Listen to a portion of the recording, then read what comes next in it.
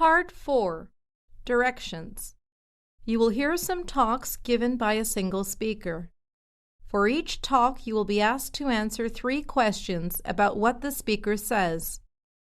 Select the best response to each question and mark the letter A, B, C, or D on your answer sheet. The talks are not printed in your test book and will be spoken only once. Now let us begin with question number 71. Questions 71 through 73 refer to the following announcement. I've just one announcement to make, but it is an important one. In this semester, as you know, we are launching a college-wide series of discussions called Creating Creativity. The aim is to encourage cross-disciplinary discussion series on creativity and its place in academic life at the college. On the college website, you'll find a report on the talk given by Professor Alan Whiting last week. A film of the event will also be added over the next day or two. The second talk in the series takes place next Wednesday at 6 p.m. in room 302 in the Delaware Building.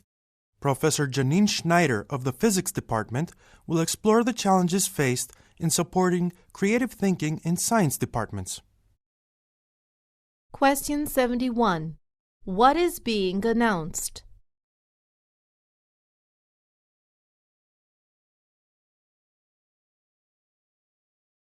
Question 72. What is on the website?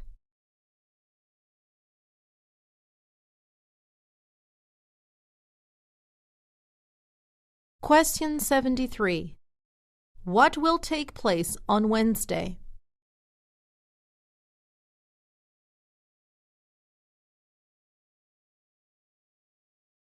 Questions 74 to 76 refer to the following talk. Last week, as you know, I asked you to write down any comments you had on the company's air conditioning system and how it affected your work and health. There was a considerable response and a remarkable consensus of opinion. Much to my surprise, few of you complained about the offices being too warm in summer or too cold in winter. Instead, most of you felt that the offices are too stuffy, allowing germs to spread far too easily, causing illness. Most of you would prefer to open the windows and turn off the air conditioning, at least in the warmer months, and this is what we plan to do. Some of you suggested that we upgrade the air conditioning, but unfortunately, the budget will not permit us to do this, so all we can do is change the way it is operated. Question 74. What was requested the previous week?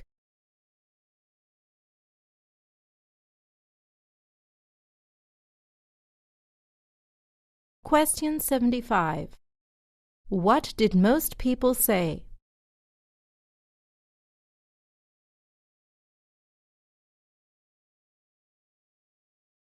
Question 76. What will happen to the air conditioning system in the future?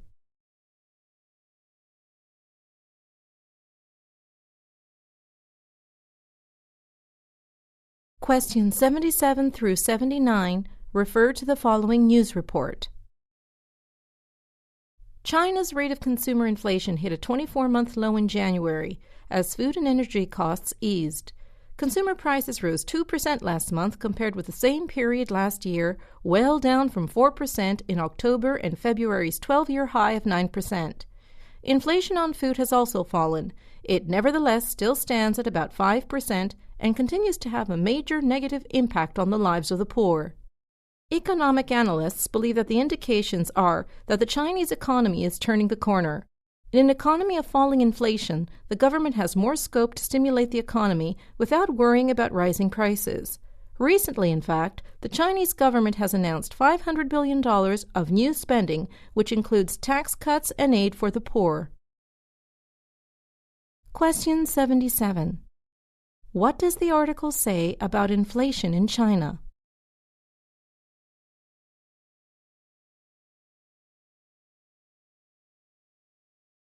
Question 78. What is the problem for poor Chinese people?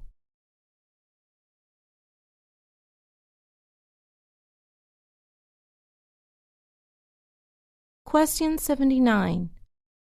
What has the Chinese government done?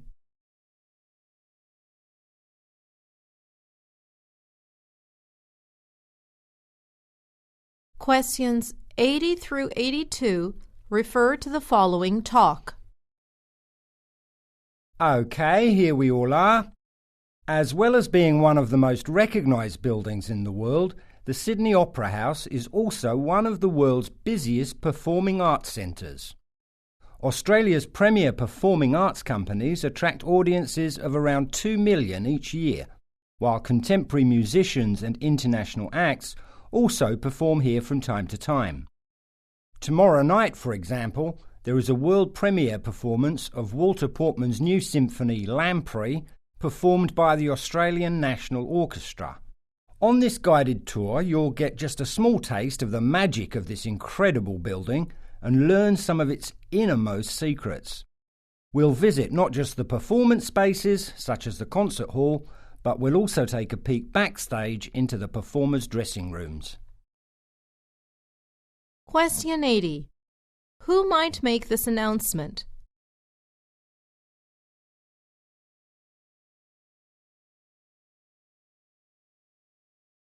Question 81. What is special about tomorrow's performance?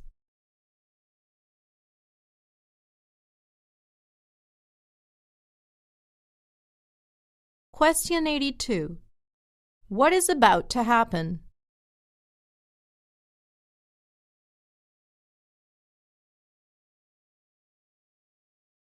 Questions 83 through 85 refer to the following announcement.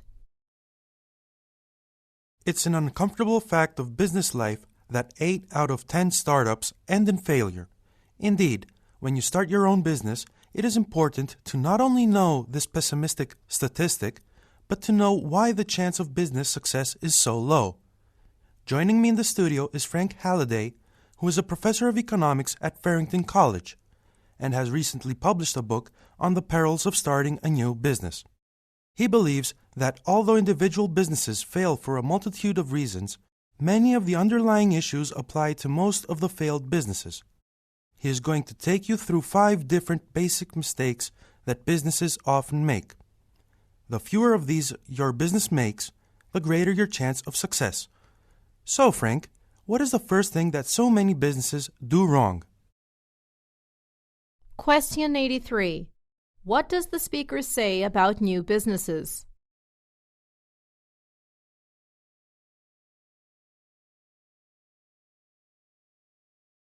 Question 84.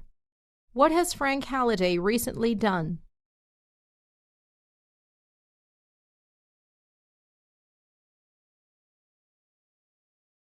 Question 85. Where might you hear this announcement?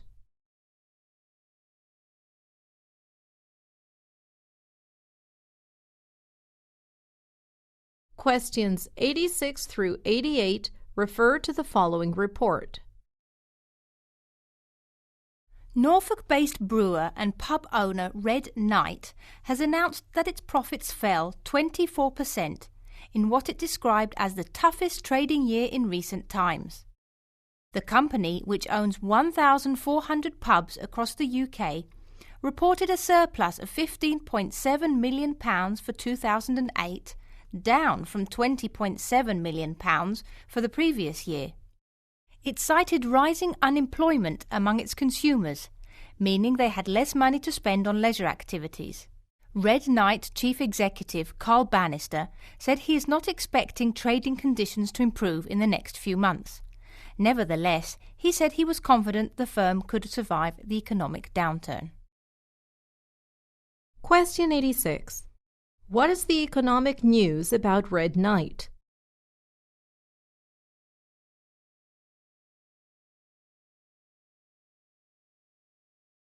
Question 87.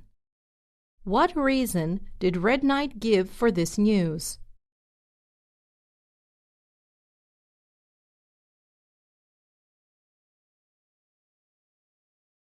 Question 88. What did Red Knight predict would happen in the future?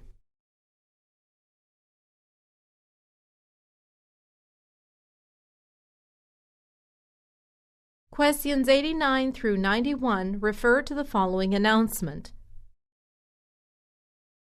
You probably need no reminding that this week is Restaurant Week, brought to you by the Greater Chicago Visitors Bureau. From Sunday to Friday, March 6th, diners can enjoy 3-course dinners for $34 at restaurants throughout Chicago and the suburbs. This price is per person and excludes beverage, tax, and gratuity. New to Restaurant Week this year is a 3-course lunch option costing $21, including an entree, an appetizer, and a dessert. Restaurant Week is the perfect time to sample new restaurants and cuisines, or to revisit old favorites at discounts. Last year I went to 5 different restaurants during the course of the week, and one of those I've gone back to 3 or 4 times since. So, go on, try it. Question 89. What happens in Restaurant Week?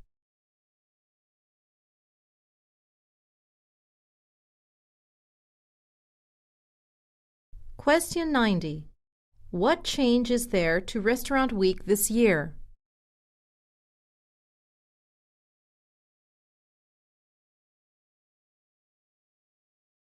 Question 91.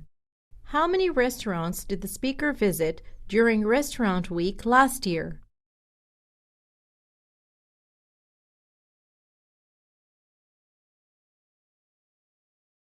Questions 92 through 94 refer to the following report.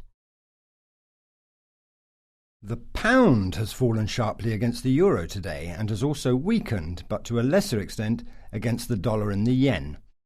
In early morning trading, the euro reached a peak of £0.95 before dropping back by close to 0.93.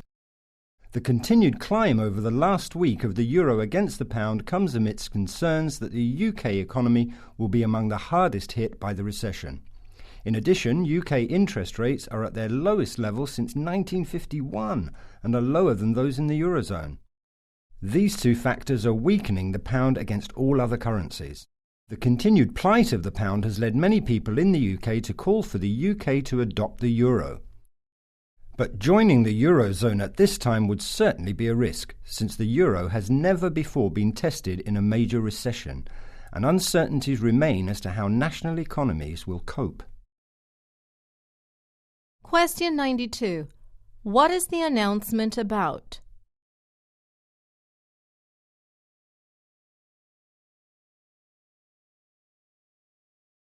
Question 93. What happened today?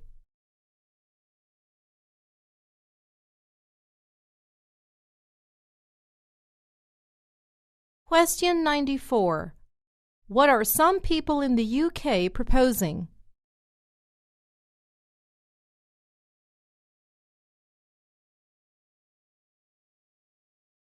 Questions 95 through 97 refer to the following talk. 2 things from me.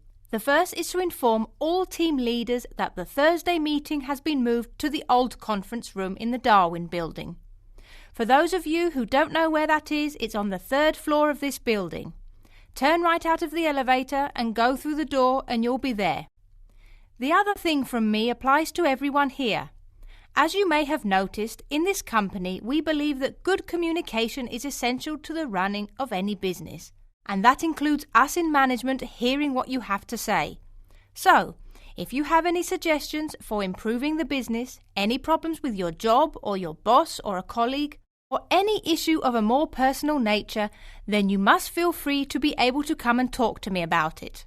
All you have to do is arrange an appointment through my secretary Mel on extension 3244. Any questions? Question 95. What job does the speaker most likely have?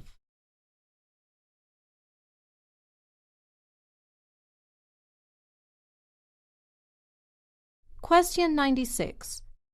What is the first thing the speaker wants to mention?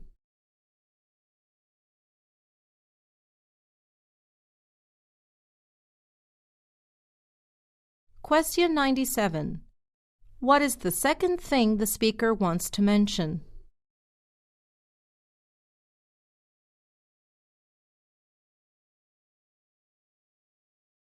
Questions 98 through 100 refer to the following announcement. I'd like to introduce you all to Dr. Luis Sena. He had quite an arduous journey here. His flight from Buenos Aires was delayed in Houston, but he has rushed here direct from JFK Airport without even having time to leave his suitcases at his hotel. Dr. Sena is the author of 4 books on South American economics and currently lives in Argentina. Tonight, though, he's going to tell you about Brazil's economy and the role it is likely to play over the next 30 or 40 years.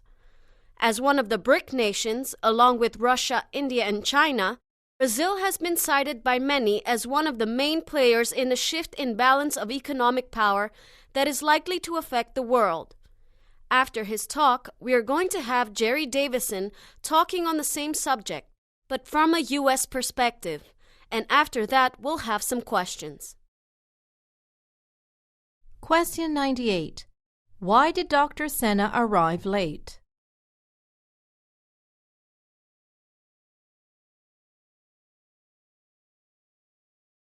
Question 99. What is Dr. Sena going to talk about?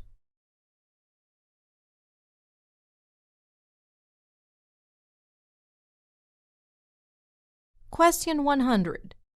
What will happen as soon as Dr. Sena has given his speech?